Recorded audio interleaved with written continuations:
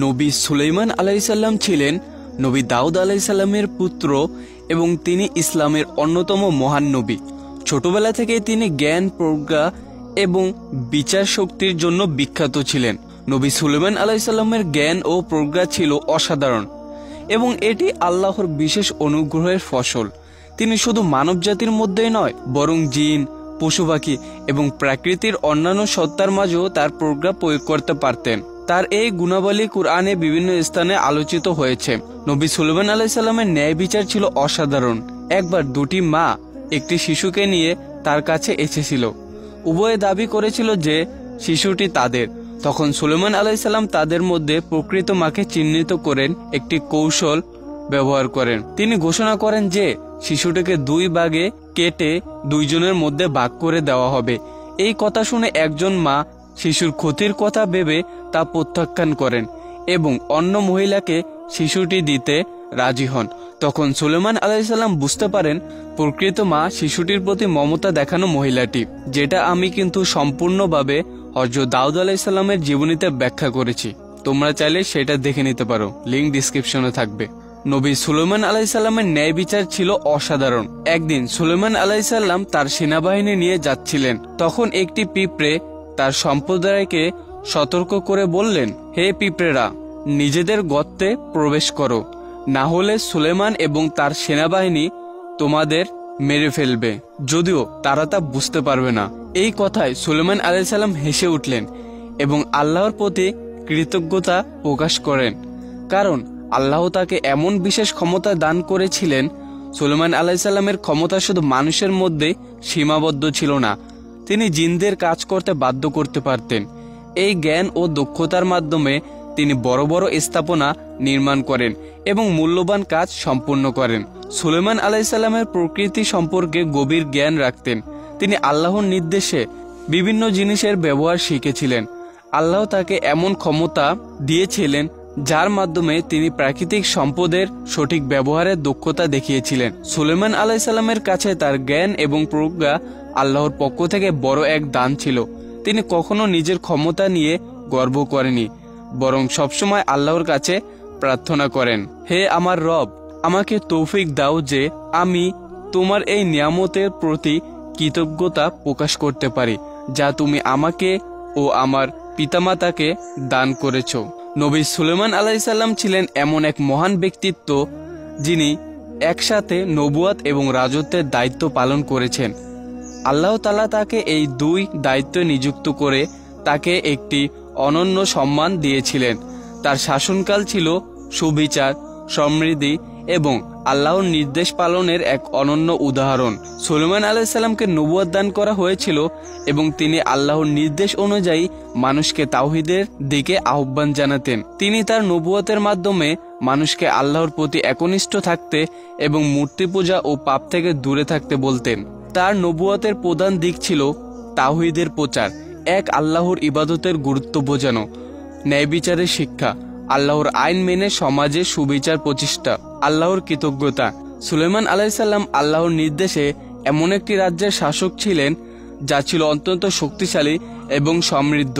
তার রাজ্যের মানুষ, জিন, পশু পাখি এবং প্রকৃতির বিভিন্ন উপাদানসমূহ সুশৃঙ্খলার মধ্যে ছিল। কুরআনে বর্ণিত তার রাজত্বর ক্ষমতা, জিনদের উপর আধিপত্য। সুলাইমান আলাইহিসসালামের অধীনে জিনরা বিভিন্ন কাজ করত। তারা বিশাল প্রাসাদ, বড় বড় স্থাপনা এবং পানির নিচ থেকে ধন সম্পদ উত্তোলন করত। জিনদের কাজে বাধ্য করার ক্ষমতা ছিল তার বিশেষ এক অলৌকিক ক্ষমতা। তিনি পশু পাখিদের ভাষাও বুঝতে পারেন। পাখিদের তিনি দূর দূরান্তে সংবাদ বহনের কাজে ব্যবহার করতেন। তার সেনাবাহিনীতে পশু পাখিরাও ছিল। সুলাইমান আলাইহিসসালামকে আল্লাহ এমন ক্ষমতা দিয়েছিলেন যার মাধ্যমে তিনি বাতাসকে ব্যবহার করতে পারতেন। এই বাতাসের মাধ্যমে তিনি তার বাহিনী এবং সরঞ্জাম নিয়ে দ্রুত এক স্থান থেকে অন্য স্থানে যেতে পারতেন। তার রাজ্যের সাগর, মহাসাগরের তলদেশ থেকে মূল্যবান সম্পদ উত্তোলন করা হতো, যা তার রাজ্যকে সমৃদ্ধ করত। সুলাইমান আলাইহিসসালামের শাসনকাল ছিল সুবিচারের উদাহরণ।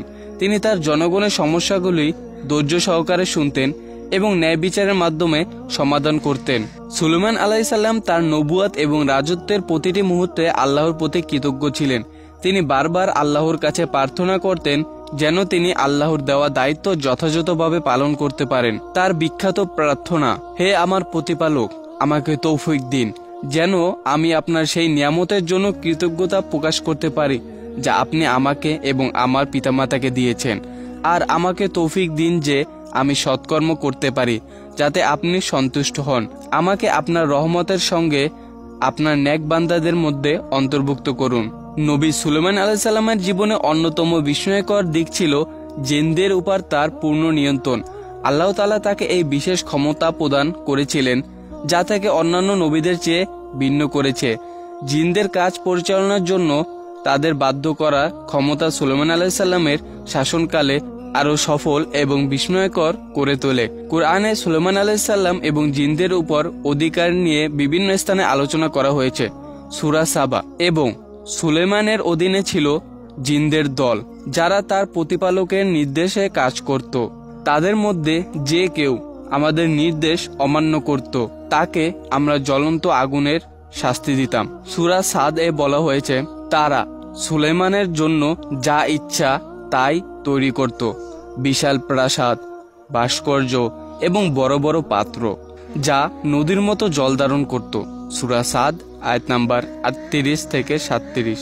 সুলেমান আলাইহিস সালামের রাজত্বে জিনদের প্রধান দায়িত্ব ছিল বড় বড় স্থাপনা এবং প্রাসাদ নির্মাণ করা। আল্লাহ তাকে এমন প্রযুক্তি এবং জ্ঞান দিয়েছিলেন যা জিনদের মাধ্যমে বাস্তবায়ন করা হতো। জিনেরা সাগরের গভীর থেকে মূল্যবান ধন সম্পদ সংগ্রহ করত। এই সম্পদ সুলেমান আলাইহিস সালামের রাজ্যের সমৃদ্ধি বৃদ্ধিতে সহায়তা করত।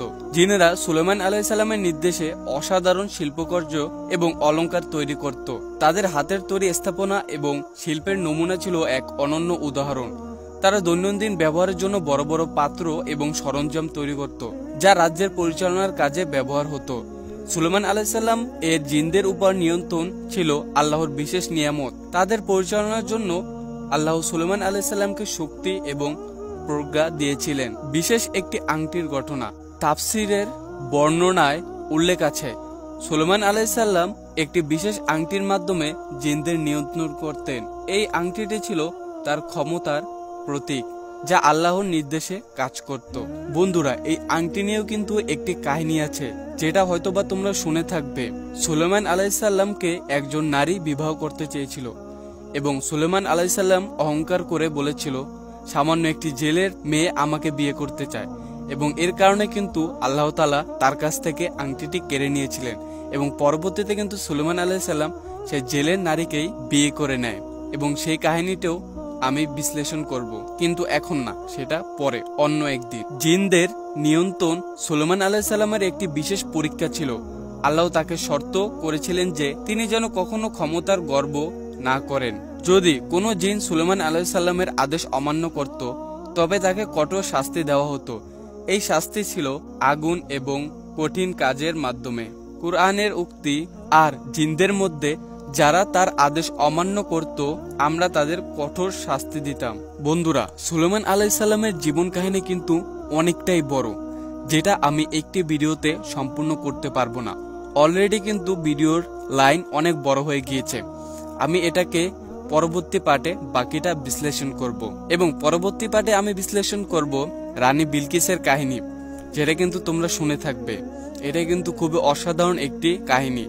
এবং সুলেমান আলাইহিস সালাম লাঠিতে বর করে জিনদেরকে যেই ঘরটি নির্মাণের কাজ দিয়েছিল সেটা সম্পর্কেও বর্ণনা করব।